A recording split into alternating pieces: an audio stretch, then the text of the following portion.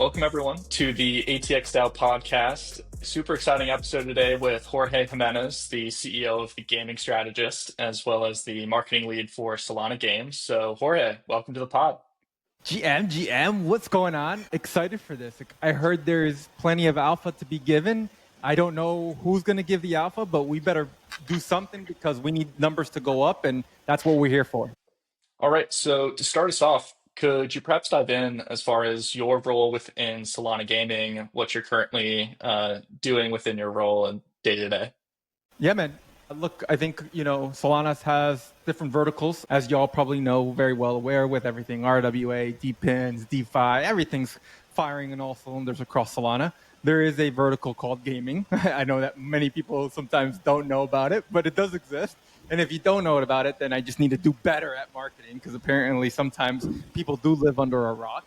But, here I am to spread the word about what's happening with gaming.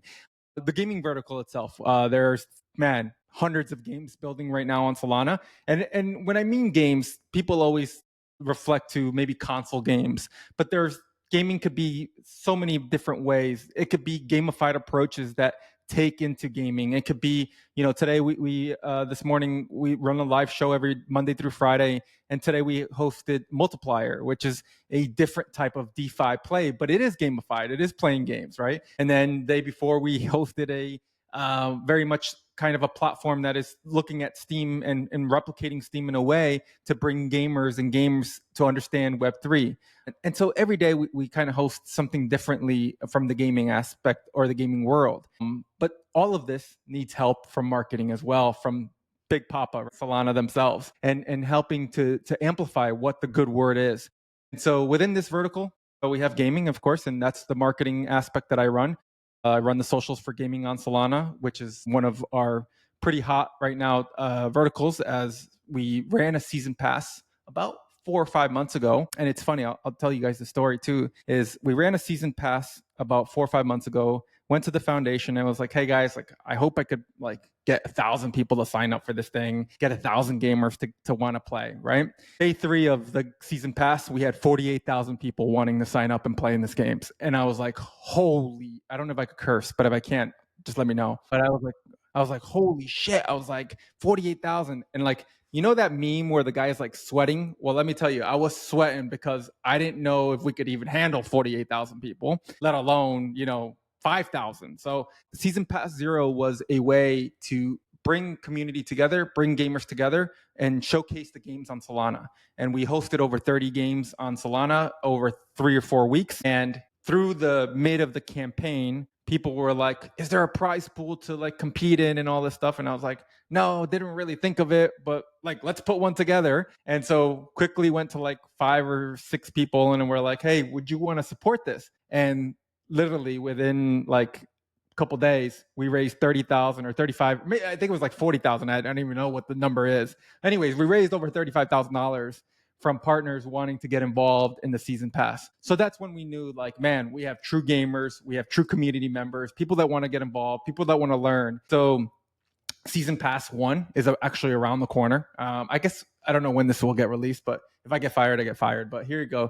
It's actually coming out towards the middle of this month, and we're about to release all the details out as well. And that's just another way to amplify the messaging, all the games that living on Solana. So what do I actually do? Helping amplify games, helping amplify messages, helping to amplify what success really looks like as well on Solana. A lot of games are having a lot of success by being on Solana, and sometimes it's not seen that way, right? We all know sometimes people want to say, oh, it's meme coins, it's all this.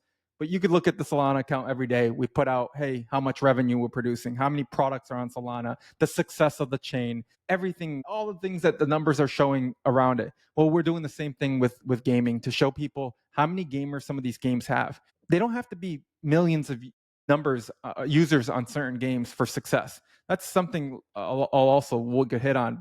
Some games just need 1,000 users on there. And as long as 1,000 users are on there, it works for their economy. And that is successful for them. Not all of them need to have, everybody playing Fortnite. And so helping amplify the messaging around the games, activities, activations. Some games have a release. Some games have an NFT collection. Some games will have some sort of game night. and how do we get involved and how do we help amplify the message is what we're trying to do with Solana Gaming. Wow, that's really impressive. I had no idea as far as those 48,000 signups that you just mentioned. As the Solana Bull within the podcast myself, I'm curious as far as your take for Solana and their unique architecture as far as if a game developer is approaching you, wants to work with you, what particularly attracts them to Solana versus, pick your ETH2, pick your Alt-L1.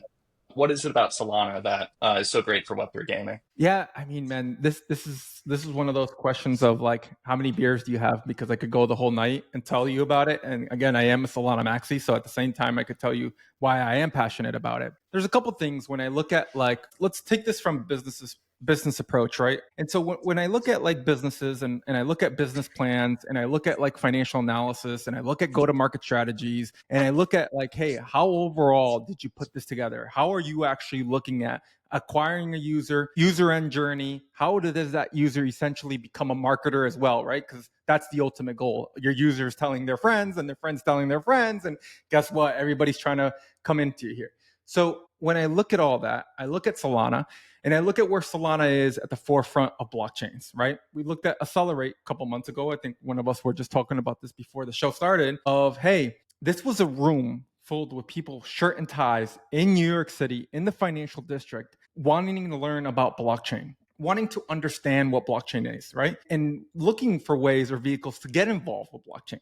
Well, that's the way to get to the next level of where we're trying to go with as an emerging market, as an emerging leader in the space of, hey, how do we venture out to the rest? Because, I mean, you could probably put any product in front of us and we could all here say, imagine if blockchain powered this. Imagine if blockchain powered that, right? I mean, look at the financial district, look at the financial of the government. And we've said, oh my God, imagine if it was powered by the blockchain. Maybe we would not be in a government shutdown right now because we would know where every single dollar is.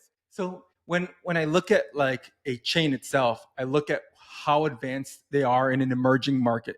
I want to make sure I say that it's an emerging market, right? Because many people think like, oh man, like this is it and that's it. No, the ceiling is not here. We're just breaking through the first bubble to get to the bigger space, right? We're finally, crypto's getting more adoption, more regulation, things that we've been waiting for years, which I think, if anything, we're super early on. But yes, we are breaking through. So when I tell a game developer, hey, you're already going to be building in a niche market, right? Make sure you choose the niche market that's actually breaking through to new users that are willing to be crypto curious, which are willing to be curious about this space, right?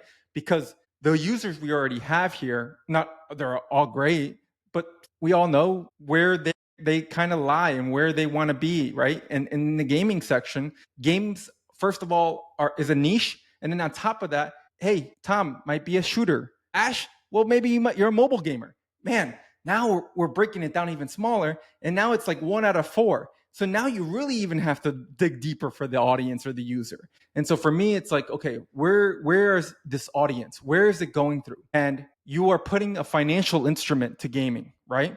By having a token, by having NFTs with value. And so as you have a financial instrument, well, guess what?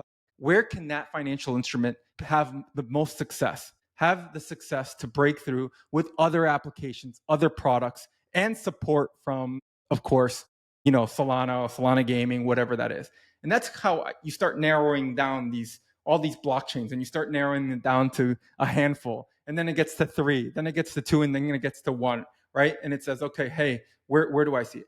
So I tell that. Then game developers, their main thing is building a great game, right? At the end of the day, that needs to be their most important thing. They can't be worried about building the blockchain aspect of it, right? The infrastructure. If you look at gaming for the past 5 years, the class of 2020, the class of 2021, the amount of money they raised and how much of that money had to go towards building a marketplace, getting a token launched and having the right payment rails and having the blockchain power the game itself. Man, you had to have devs that were just, native to the chain, right? All that money to where we are today, now it's all out of the box, right? Like, man, you go to it's like a store now. It's like, oh yeah, you need this, you need that, plug and play, and you're ready to go. And so for me, again, as a game developer, you do the best what you do best at. Go build the game. Let the chain have make sure that the chain has the best possible tools for you to be successful. And that's where I come back down to Solana. So then there's the infrastructure and having the right infrastructure. Then community, right? Like, man, you're building something that's prototype. You're building something that's looking for product market fit, right? PMF, right? How do I even do that? Well, there's communities here that are willing to test things out, that are willing to give you feedback, because not only they're passionate about what's being built on Solana, but also because they're curious of how blockchain can interact with a different type of vertical or application or product that there is, and that, let's just say, is gaming. And so where does that all lie into, and how does it work? And so there's community. But man, yeah, like I said, how many beers do you have? Because I could go all night about why it makes a lot of sense for someone to build here.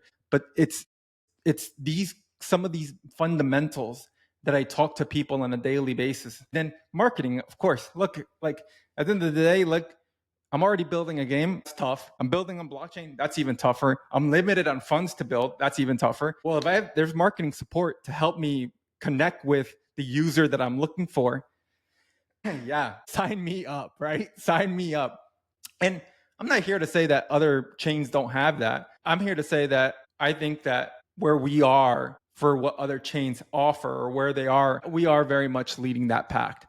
And how do we keep leading that pack? Well, that's a whole different question about innovation, leadership, marketing, all of it, infrastructure, everything else that comes to how to become a leader of innovation. Sorry if I froze you all. No. This is great. I mean, there's so much to unpack here. Also, okay, so it seems like you've really thought about this from not only like a business and like real like systemic kind of approach. I guess it's like kind of like a passion project for you too, right? Like I noticed the N64 and I guess the Sega in the back there. Was your thing like always like, did you think about this so holistically because you yourself are like a huge gamer yourself, like coming back from your childhood days to like, you know, where you are today? And that's why you're like, dude, I really need to dig down on this. How did that transition occur? Like, because it's like, you know, not very many people would just want to think about gaming. Like gaming was not very, you know, it was not the first cycle, right? It was kind of like this new cycle narrative. And like partly like to your point, like the infrastructure that was there for a lot of these changes was not supportive of that. The modular plug and play aspect was not supportive of that. Like how did this become like a rallying cause for you? Yeah, I think maybe I'll give you a little bit of my background. Maybe it'll help understand as well, right? Spent 15 years in commercial investment banking, worked on Wall Street my whole life, worked with business owners, everything from understanding go-to-market strategies, business analysis, business planning, financial, all of it. And in 2019, ran a top 40 crypto hedge fund. And gaming during the time was starting to get like, hey, we're looking for investors. We're looking for, you know, all this stuff. And for me at that time, you know, I was buying these apes and I was telling my family about all these apes that we're buying and like how I'm making money. And they were like looking at me like I'm crazy. And they're like, what the hell? Or what are you doing? What is it you're doing? And I'm like, yeah, JPEGs and all this stuff.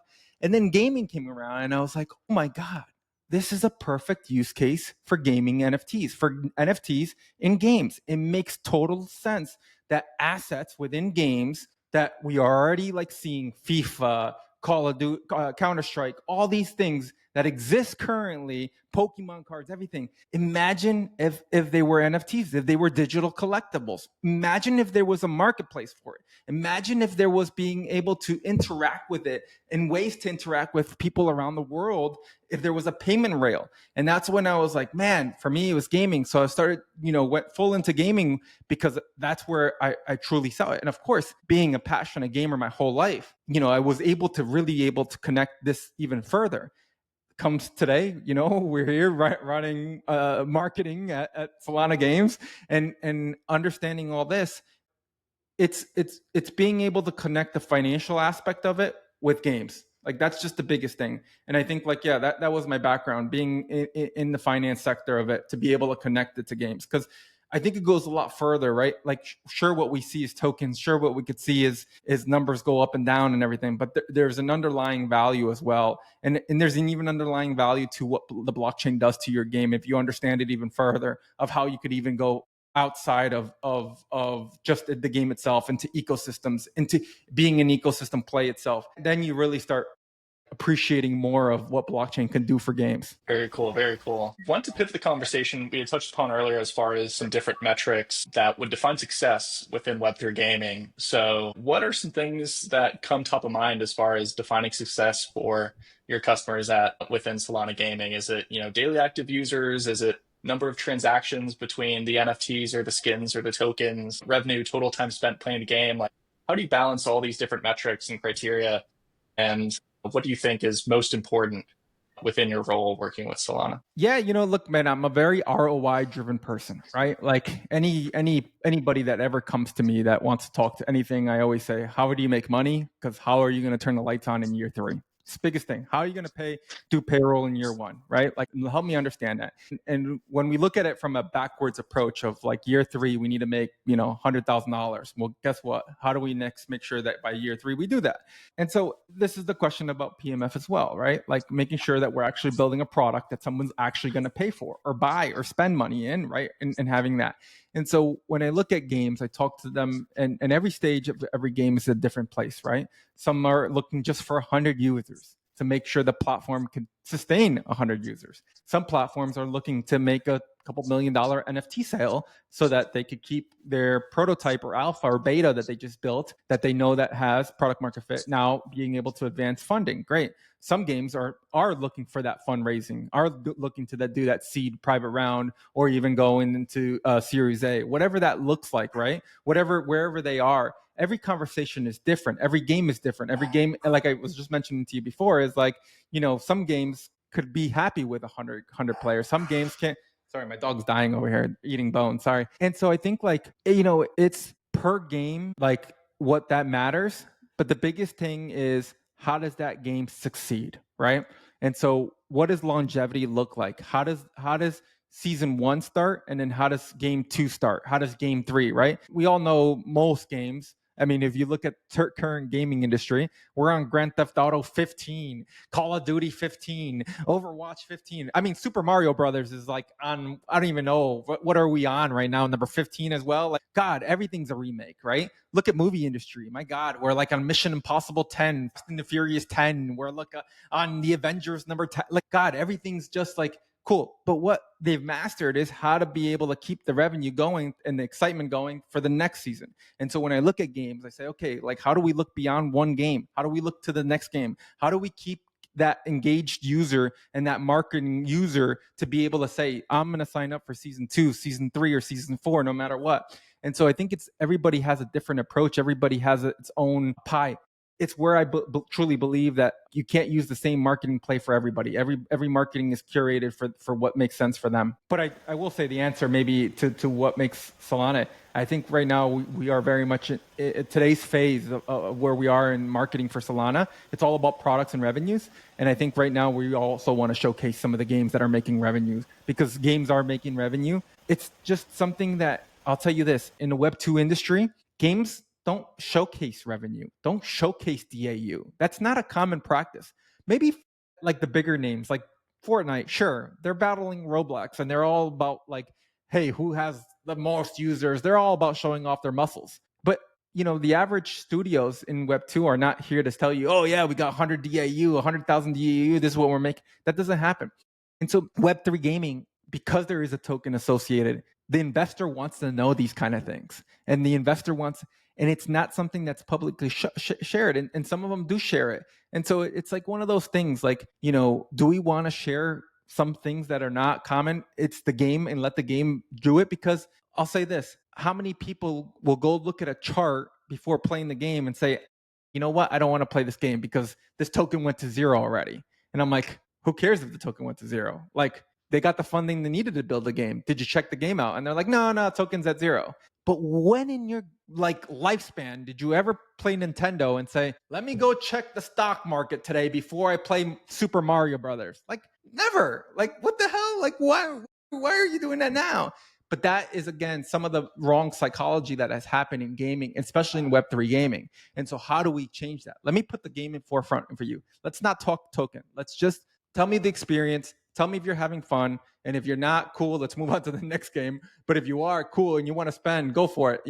Like, at the end of the day, gaming should be something that's a hobby, an experience, an escape, whatever that is. Gaming shouldn't be something that you're here quitting your day job to go 40 hours of, I'm going to go grind a game and hopefully become rich. So that's perfect, because that was, I guess, our next question, right? Like, what is the biggest misconception that I think, like, builders, marketers, investors, and community think about this, right? Because like you said, right, coming from a TradFi background, the reality is like objective kind of like metrics for like revenue, DAUs are all great and all, but like they're not a real indicator of like whether the game is sticky, whether you want to actually hang around and spend time on it, whether it becomes your actual profession, like the Far East did with certain iterations in the last cycle, right? But like, what is your thing like, hey, most people think that they need to optimize for these objective metrics when it's like, bro, that does not make any difference. What you need to basically do is like,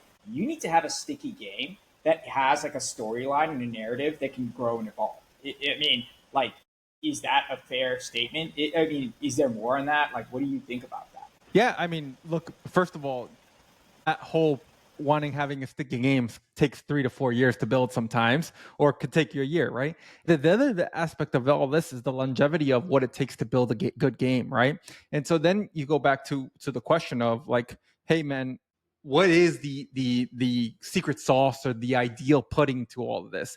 And I think it does come back down to it's per game, but it comes also back down to, I think we know in crypto, we say this a lot, like, especially for like influencers, it's like, what's the value you are providing? What's the value you are providing to being early in a game? And like, how do you become part of the community, give feedback to that game to be able to keep building part of that journey? But at the end of the day, understanding what you're exchanging for, right?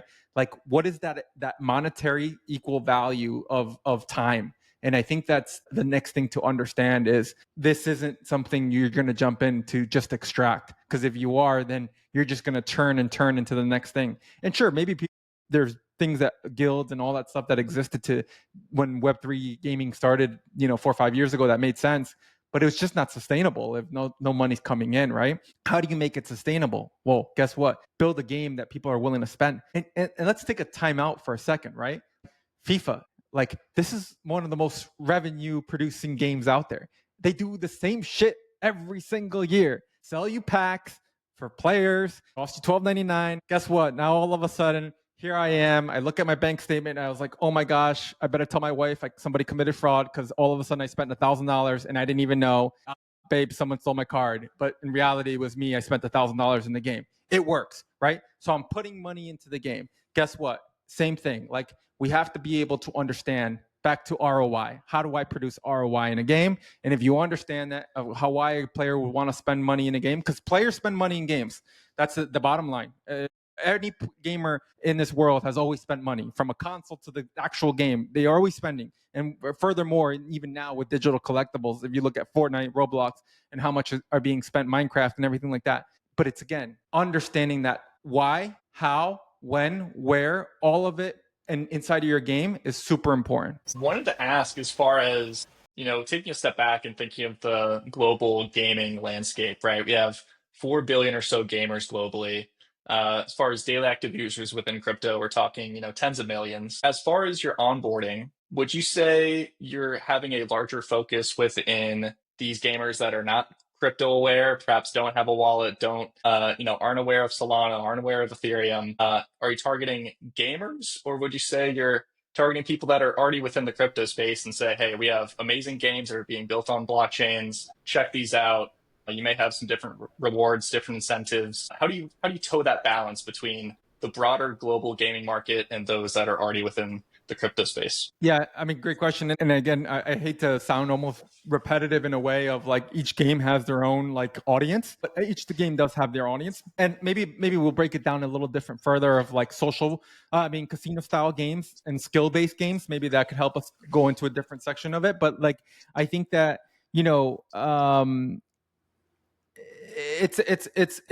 it's where is that audience gonna lie for what exactly the game truly needs is probably the best answer, but not the best answer, because again, everything is a bit different. But onboarding itself is like a phenomenal thing. Of, you go into the Web2 gaming, you go into the gaming Solana Discord right now, right? We have a lot of Web2 gamers. You talk to them and they're like, what is this chain gaming? Like, are we playing, what chain game are we playing? And I'm like, what the hell did you just say? Chain gaming? I'm like, what the hell's chain gaming? He's like, this blockchain stuff. And I'm like, yeah, Web3. And like, we have a language issue, right? First of all, like, we love to make up words in this space. I don't know why. Fuck, man. NFTs already a pretty bad stigma. Crypto's a pretty black stigma. But anyways, we love to live in this like world. Go to a game developer conference, right? Like GDC, which is one of the biggest things. My first year going there, I went up to a game developer and I was like, bro, you're in Web 2, right? And I'm in Web 3. And I'm like, I'm doing marketing in Web 3. And the guy's like, the fuck are you talking about? Web 2, Web 3? What does Web 2 mean? And why are you saying I work in Web 2? And I'm like, that's when it clicked. And I was like, I'm a fucking idiot. Like, I'm also using the words that, like, I'm confusing my own audience. And so when you talk about onboarding, it's such so many different things of that where we could go from, like, is the infrastructure ready for onboarding? Can you explain Venmo to your family? And can you explain Venmo and crypto to your family, right? Because essentially it's not far off. But can we? I don't know, man. You have to swap the token. Then it needs gas fee. Oh, wait, you got to go buy that token on an exchange to bring it to here. And then after that, you probably sent it to the wrong chain. What do you mean? Like, it's not on the right chain. Now you need to add, man, it's so many steps that we have in place to be able to do the very simple, right? But are we moving in the right direction? Yes, we are. I mean, it's getting simpler. It's getting Google accounts. It's getting all these things that are very much easier to have a wallet. I mean, why do we need a seed phrase, right? Oh my God, like, does the average user care about seed phrase? I don't know. Tom, if I go on your computer right now and I look at your Google account, will it show me all your managed passwords all in one place that I could probably hack every single application you have because you store all your passwords on one app? Oh my God, my seed phrase. Yes, I get it. But like, this is the things, like, we have to make sure we understand the audience. Do we understand the audience in crypto? Man, I hope we're getting there. We're getting there. But are we taking the toughest road possible? Yes, damn sure. We are taking the toughest road possible. So when you come back to the onboarding question, there is the infrastructure, there's the game itself, there's the language you use, there's a lot of things. Being at Accelerate this past year, talked to a lot of people in Web3, talked to them about gaming. Some of them didn't even know it existed in gaming. That they didn't know that there's games that have blockchain. And so I tell people, before we even want to go to the Web2, let's make sure we like onboard the people that already know about crypto, the easiest people to onboard about crypto, the ones that don't need to give me like, why crypto? What is crypto? And all this stuff. The people that already know, like, maybe let me go after them first before I try to go to the ones that are not in here.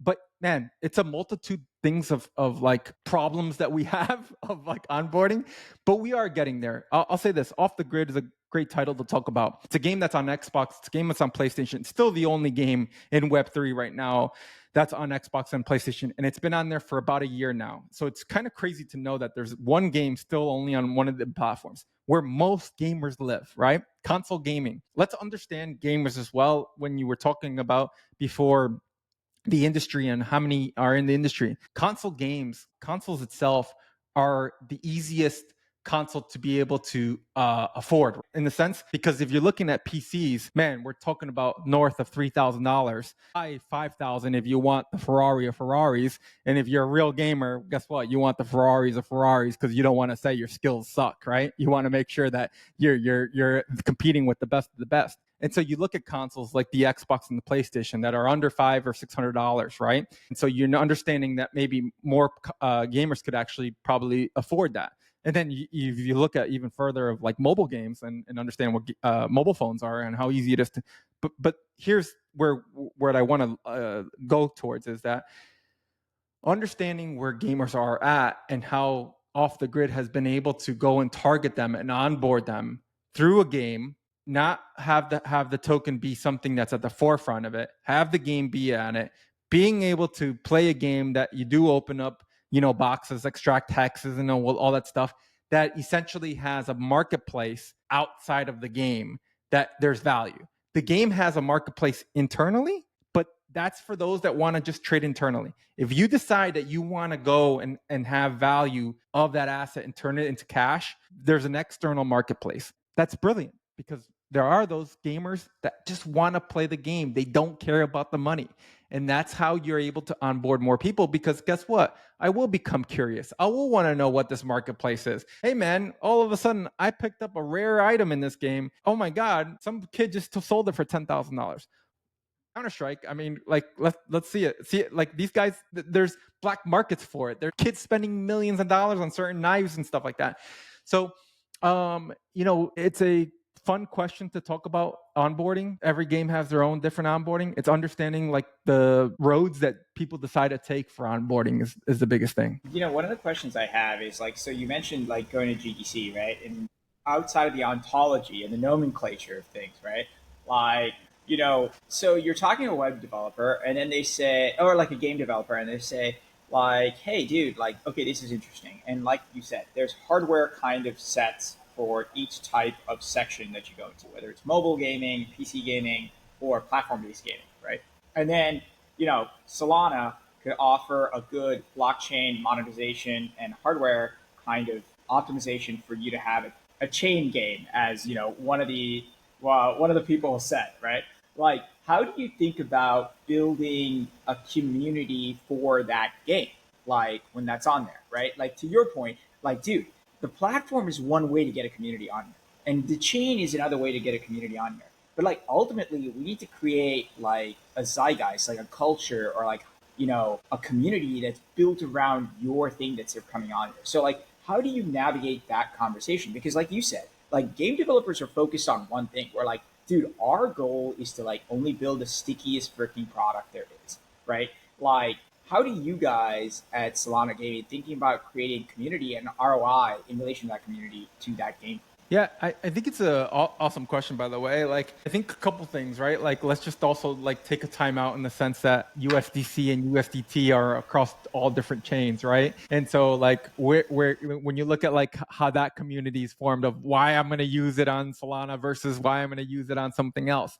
And then you also take back the next time out of where banking has gone since 2013 to where it is today, from fake internet money to every single bank has a crypto desk and looking to offer crypto to every single user they have at the bank level, right? And so it's always been of like, hey, what's the race? The technology is powering this. It's who can adapt. It's not about, hey, like which chain, right? Because if you go talk to the crypto desk, they're just like, yeah, you want to buy this token? Great. Like, let me facilitate it to you. The fastest way possible, because it's a financial instrument, right? At the end of the day, we want it like instant because we want to make sure it settles instantly and everything like that. And so when you look at Solana and you look at what we set out to offer, right? Speed, fees, everything that we've been able to release and put in our product and in our service, really, you start thinking about gaming and you start thinking about where in a game, if a game is going to have any type of blockchain technology, well, I need it to be instantaneously, right? I need it to settle as soon as possible because A, the market could fluctuate. A, B, the value of the token. C, I need somewhere where it is accepted that, hey, I'm in America, you're in Asia, and I need a payment rail that is working on different exchanges, different wallets. And what is that one network that is on almost every single exchange, almost every single wallet? And that's Solana, right? Like every wallet almost offers Solana. I don't know if there is one. Every exchange has Solana, and so it's adapted almost virtually everywhere. And so for me as a game, and for me to onboard, for me to have that conversation with everybody, the first thing I want to tell them is, yeah, we are like the bottle of water at every single convenience store. It's offered everywhere and it's accepted everywhere and you're able to pay for it everywhere. And so it's things like this that you have to like kind of understand to make this decision of how are you going to build a community, what makes sense for a game, and why you would want to choose Solana to be the home for what you're building. Would love to pivot the conversation as far as the PSG-1 device that is going to market over the coming weeks. Perhaps, for the audience out there, perhaps they're into gaming, obviously very crypto curious. What would be your pitch to the gamers that are listening as far as why they should go about and purchase the PSG-1 device? Yeah, I mean, first of all, those guys are rock stars over there at PSG-1. Let me tell you something. I've been blown away by what they're building and how they've been building it, and really blown away by like able to ship something in an emerging market, right? I say this like you don't know if there's product market fit like before you build that, right? Like, man, like to have belief and conviction and to be able to have timing is another thing I think in this space is super important. You have the Seeker phone coming out with a device, like you see Ledger and everything that they've been doing with Solana, and now you have a gaming device at the same time. Talk about being able to catch the meta and the timing to certain things is so important. And I think like having where to the conversation earlier of what's accessible consoles, right? The pricing to consoles and being able to deliver a Game Boy style like device that has crypto elements to a mobile device like PSG1 is super, super important. And you look at Seeker right now and the success that games and dApps are having about building on it makes complete sense to go towards something that is just strictly for gaming, that is only placed for gaming, to be able to sell that beyond message of like, I don't need mobile data, I don't want any of that stuff, I want to be able to just, hey, buy and hold assets within games all on one device. Well, guess what? That's opening up a whole different world that will allow to have a case study to why gaming makes sense. And I want to say, what do I mean by that? Because that might not make much sense. In banking in 2013, we said fake internet money. In 2017, the R&D departments were fucking full steam ahead onto figuring out what the fuck is going on in blockchain, right? In the gaming world, in the gaming industry, past 2-3 years, they've been studying blockchain, right? We've seen PlayStation has a network right now called Sonium, right? That is exploring blockchain. Xbox has put out patents and everything like that. Nintendo's been trying to hire Web3 people. What's happening, right? Research and development is very much trying to understand it. There's no case study just yet of like what that looks like for gaming. But as a device like this comes to market, as games come to market, they're starting to become that case study of, okay, I get what they're trying to build and I understand it now. Okay, make a call to these guys. How do we get our game on there? How do we adapt? How do we work with them? How do we build with them? How do we acquire them? All these conversations start building. And so really, really excited for the team over there that's been building that. Been a big fan of it. I've actually held one at Accelerate, got to play with one at Accelerate. So I'm waiting for mine as well. By the mailman daily, like I was with my Seeker phone. That's awesome. I gotta, okay, so I also, sorry, because I have a million questions. I always think about like product and building stuff. And I gotta ask also like, um, just in what is your philosophy or your mantra for sustainable growth in hardware or in software in relation to gaming? What have you seen? You've seen things. There's so many things that you have to consider as a game developer, right? But like at its core, if we say you have to have a sticky product, right? The question is just like what, and assuming that like, you've got the hardware side section of things of what you're sorting for. How do you think about sustainability and like what do you think are things that you would give advice to like founders and teams to be like, if you're in the software or in the hardware vertical, how do you think about gaming? Like what should you care about? I mean, I think like, I've been harping on it in this stream pretty heavily is product market fit, right? Because like you need to make sure that you're going to be able to sell whatever you sell and somebody's going to buy that, right? And so listening to the community is essential. Like that's the beauty of Web3 is being able to build with the community, the transparency, building in public. It could be good and bad, right? Because you could have, gamers are the most toxic people in the world.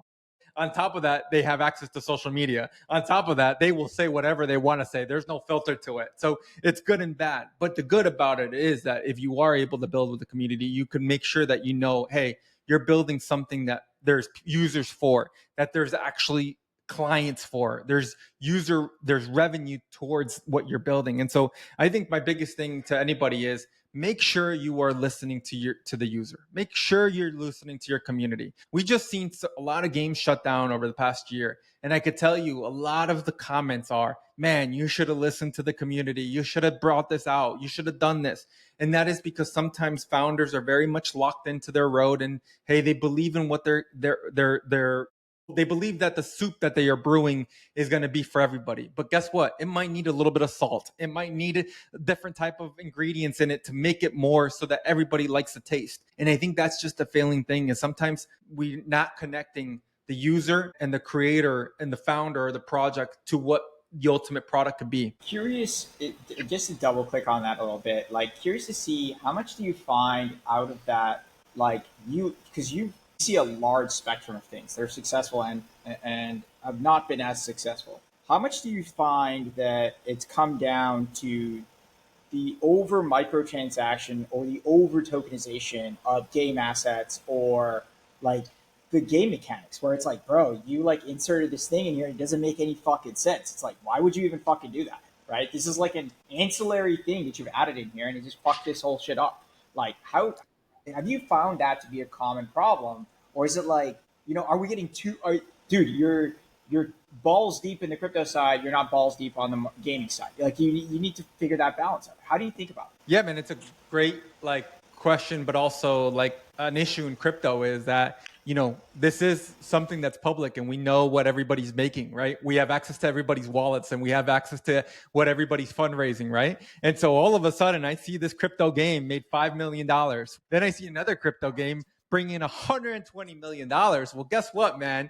How do I make that kind of money? And do I get too aggressive on how my monetary token release, whatever NFT sale, whatever that is, because I see what everybody else is doing and I try to push the bar higher, or I try to even come to that, not realizing like what I have or what I can do or what my community wants. And so that's when the token aspect of like, hey, you start chasing, right? That's we start chasing. And when we're chasing, guess what? You're too late to the party, right? And so crypto is in gaming, and a lot of all of this is social experimenting to catch virality and attention so that you could sell whatever that product that you have, because we're still very small until you go to market, because when you go to market, it's a whole different marketing plan. So I think that sometimes people get greedy. Sometimes people see the amount of money that is in the space, that gets flown into the space, and think that like, hey, if they could do it, I can do it. And that's fine. I respect the hustle towards it, but make sure that the plan or the hustle towards that is actually a plan or a road that could lead you to success. Because many of the times, and we have seen it happen over and over again, is, oh, I'm going to go raise 5 million. I only raise $1 million. And guess what? Now, because you didn't make your goal, which $1 million probably is enough to get you started, the crypto community will be like, they fell short. It's a fucking scam. It's failed. It's rug. That's it. And I'm like, man, they still raised $1 million. That means they could do their prototype. That's okay to come short on your goal. It's still enough for them to get going. But in the crypto space, we will be like, oh, yeah, don't touch that anymore. Don't play that game ever again. And like, yeah, it's back to understanding what you're trying to achieve and how do you achieve it and what is realistic numbers that you need to achieve it. Moving ahead, so currently we're recording, it's first day of Q4, vibes are high, prices are up. When you think about the growth of Solana Gaming in the years ahead, do you think it can be growing independently of the broader crypto cycle? Likely, let's say 26, 27, at some point prices go down. Do you see Solana Gaming having sustainable growth independent of what's going on with prices within Web3 in general? Yeah, it's a great question again, but it comes back down to the other question you asked me about onboarding and infrastructure and everything that is, right? Like, those things need to move forward, right? Infrastructure needs to get better. We've come a long way in infrastructure, right? Like we've come a long way to where wallets are today, but it's still not something that you could go back to your normies and have the discussion of, hey, everybody, download this wallet. And then they're like, okay, what do I do now? Enter a password. Great. Hey, copy the seed phrase, this 12 words, put it somewhere secretly. Maybe go put it in a vault or something. And they're like, I'll just screenshot it. No, don't screenshot it. Don't do that. And it was like, no, why? I have everything else screenshotted. And then the next question, okay, what do I buy? Wait, I got to get money on here. Great. Now I got money on here. So when we talk about this, right, like can it move? Can it move in the right direction? It sure can, but we still need the technology itself to keep advancing, right? As we're seeing the second iteration right now of the secret phone. And if you look at the first version to version 2, man, have we come a long way, right? I mean, even the seed vault and how easy it is to use it. Man, it is very much advancing, the biometrics, everything. And so it is moving in the right direction. Are we caught up to the Samsung or the iPhone of today? No, well, we're going to be serious, right? And we all know that, but we are definitely in the right path. We are in the right avenue. And we are going towards, hey, if crypto keeps adapting to the way it is and more users and more crypto users exist, they will look for vehicles that are very much accepting crypto in a way that, hey, if it is a cold storage, it is a hot wallet, whatever it is, I'm able to understand it now because I'm a little bit more educated and I'm a little bit more onboarded.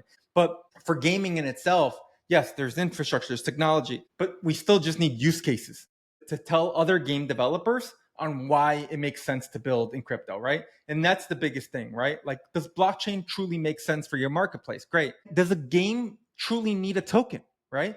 Why can't the game just have the marketplace and have just the Solana blockchain power it and it just be part of a gas fee or whatever that you need to load? Does the game need a token, right? Who knows, right? These are just questions that are just evolving, right? That will evolve. But because not every game needs a token, right? Not every game needs, some games, why not have USDC and USDT or USD, something that's pegged to the USD, be able to be the way that you buying or spending the game, right? Why do I have to have that game in-game conversion? So there's a lot of questions, right, to all of that. But I think overall, the biggest answer is just, again, it's an emerging market. It's heading in the right direction. I could tell you that for a fact, right? Everything else, there's some things are progressing faster. The DeFi sector's progressing a lot faster right now than anybody else, right? As we're seeing the way that banks and institutions, ETFs, everything that's happening, even regulation, crypto bills and all this stuff. So we know, hey, the path forward is very much getting paved and there's a light at the end of the tunnel. Finally, that one that we could all see. And so for gaming, sure, we might be a more of a lagging indicator, let's just say, to all of it, but it is progressing in the right direction at the end of the day. I know we're coming up close on time, so we'll leave you for one final question. As far as anything you want to share with the audience, as far as alpha is concerned with this upcoming device, takeaways as far as the upcoming launch of PSG1, anything you're willing to share with the audience? Yeah, I mean, like, look, I think, it's a great time to be in crypto, really, honestly. It's a great time to explore Solana. We have Abu Dhabi coming up and Breakpoint in December. I don't think people one of the things I was just telling this before, and I'll wrap it with this, is someone was comparing chains with me and we were talking about it. And I said to them, one thing about Solana, it's always in the right room with the right people at the right time, right? It's always Accelerate was at a perfect time to be down in the financial district in New York City. Abu Dhabi at the end of the year, this past week, Electronic Arts got bought for $55 billion by the Saudi Arabia, right? Like, holy shit, $55 billion, right? Guess what's moving right now? The Middle East right now, what's happening with crypto and adaptation with crypto and building in crypto. Guess who's going to be there at the end of the year having a conference in Abu Dhabi? That's right, Solana. So it's like, man, talk about always being at the right spot at the right time. Is it a coincidence, or is it that we very much are understanding how this is all evolving? So for me, the final message is like, there's a reason why we're all screaming build on Solana, only possible on Solana. The gaming supercycle is happening on Solana. Why we scream all these things? Yeah, because, man, we're very much seeing where we're going to be within the next 6 months. We're very much seeing that a lot of this blockchain that we all have been screaming about has a use case with every product that we have outside of this space, right? Like we said it in the beginning, right? Like, there's many things that I could tell you right now, man, I wish blockchain powered this. As that is starting to get more to market, as that is starting to become easier to comprehend and digest, I think we're positioning all ourselves in a great spot to be. And at the end of the day, we started this conversation before it started. It's not my bags, it's our bags that we want to pump. Well, guess what? Yeah, we've had belief in this industry for quite some time. And I think having more belief of what we're building is just getting more and more light as others are discovering it. That's awesome. I gotta say, okay, so how do people connect with you? Do they, what are your socials? We want to tag them all in the actual pod, but like, what's the best place to be like, yo, if I'm a game developer and I want to think about making a jump, and I already just want to just just talk to you and be like, dude, like, you have so much alpha and thoughts about the space and we've thought about it. Like, how do they reach you? Yeah, man. So the easiest way is, I know, man. Like, it's funny. Like, I'll give you my socials, right? But I actually just came from an in real life event a couple days ago where I was telling everybody my Twitter account, and they were all like, "What's Twitter?" And I was like, "Fuck." I was like, "How are you all in crypto?" And they're like, "Yeah, like, can I just have your phone number?" And I'm like, my phone number. I was like, I'm not giving you my phone number. And they're like, how? Like, why wouldn't you give me your phone number? And I'm like, I'm in crypto. And they're like, yeah, but we're in crypto. So like, this is the beauty of it. Not everybody lives on Twitter. So I'll give you my Twitter handle, TREKI33. The Gaming Strategist is my nickname on Twitter. You could reach out to me very easy. My DMs are always open. I don't respond really fast, but I try to. I don't even respond to my wife on text messages. So don't feel bad if you have to bump me like several times. Gaming on Solana on Twitter is our Twitter handle. We got all the updates coming out, everything about season passes, all the games, anything that's been built on Solana, it's all there. If you're looking for marketing support and you're building on Solana, that's a place that you need to make sure you're getting showcased. We also have a Discord, discord.gg, gaming on Solana, LinkedIn, Jorge Jimenez on LinkedIn. I'm the guy with the shirt and suit and tie. Yes, that's another thing. People always like, Jorge, how do I take you serious on your PFP across everything you have? You have a shirt, tie. And then when I talk to you, you're like a complete clown, or you're like this guy that's like drank 10 monsters. I only drank 4 today, so don't worry, I'm not on 10 yet. But how do I talk to you seriously? Yeah, you could reach out to me anywhere. We could set up a time, we set up a Calendly, we set up an hour to go over what you're building, understand what you're building, how you're building it, how we could best support, when's the best time to support. Because that's the other thing I think we didn't mention or talk about is when's the best time to support sometimes. Am I too early or too late? Those are some good questions. When should I bring partners on board? Because that's another great question. Sometimes you're not ready for all that, and making sure that you're not, like we tell you that you're not ready is important. So yeah, I'm across everything else, LinkedIn, Twitter, Instagram. I'm not going to put my phone number on here because I already get a bunch of scam calls already. I don't want another scam call. But yeah, hopefully I gave everything. If I didn't, I'm sure my team will tell me, how come you didn't show this? So. Well, Jorge, this was an incredible conversation. Appreciate you bringing the energy, the Q4 energy today. But yeah, super exciting stuff. Big kudos to everything you're working on. And appreciate everyone for taking a listen today. Yeah, man. Appreciate you guys. Guys, anybody that's watching or listening to this, make sure you hit the retweet. Make sure you hit the share. Share this with your friends, family, ex-boyfriend, ex-girlfriend. I don't care who the hell you share it with. It's completely free to share. It's completely free to like. It's completely free to comment on this for reach. Guys, free 99. It can't be getting better than that. That's the financial advice that I do leave you with.